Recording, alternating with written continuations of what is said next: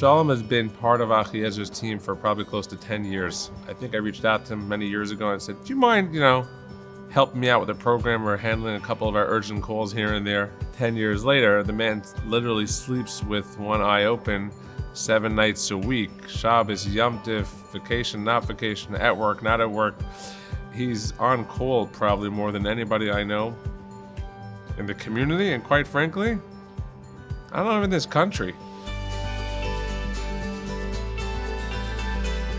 My involvement with Achiezer all started about 9 years ago. I was working with Baruch Bar.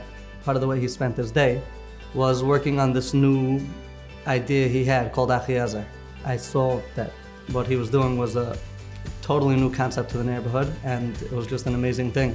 After that, I actually begged him for a job to work at Achiezer. It was something I wanted to do, something to help the community with, and as they say, the rest is history.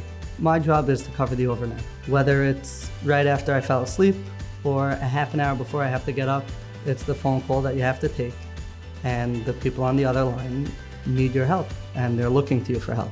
He has a very loud ringtone that he makes sure that he literally keeps on his bed with him when he's sleeping, that he won't miss a single call. There was no such thing as no and hanging up the phone, or there's no such thing as not dealing with it. Anything that anybody calls for is always taken care of and dealt with the utmost respect.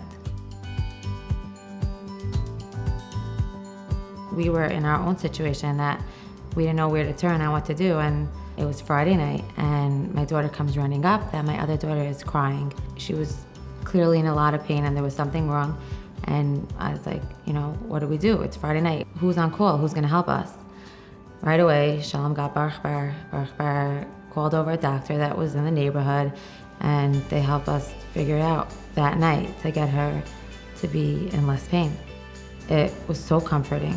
It made me be able to get through it. Several years ago, we got a phone call from a Rav in the community. One of his congregants had passed away. He needed help making arrangements. We trained 20 people in how to properly do whatever we need to do to give the utmost kavod hames. Shalom is just a team player, and I think Leah is so much more than supportive. She plays that role and allows him to do what he does in such a beautiful way. Knowing that I have my family and the support that I have at home, it definitely helps me when I hang up the phone and I'm helping the person and I look back at my family and I see how lucky I am.